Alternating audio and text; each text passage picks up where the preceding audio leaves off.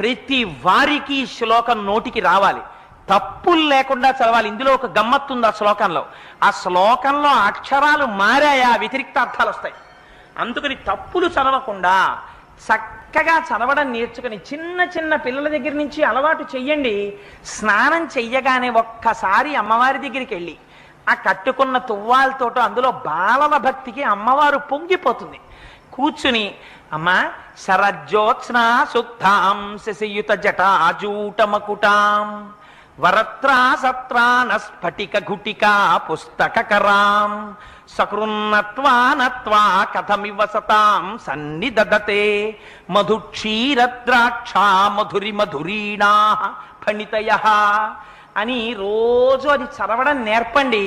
మీరు 1,000,000 రూపాయలు ఇచ్చినప్పుడు మీ మనవణ్ణి రక్షించుకున్న కన్నా ఈ ఒక్క శ్లోకాన్ని మీ మనవడికి మీరు నేర్పారా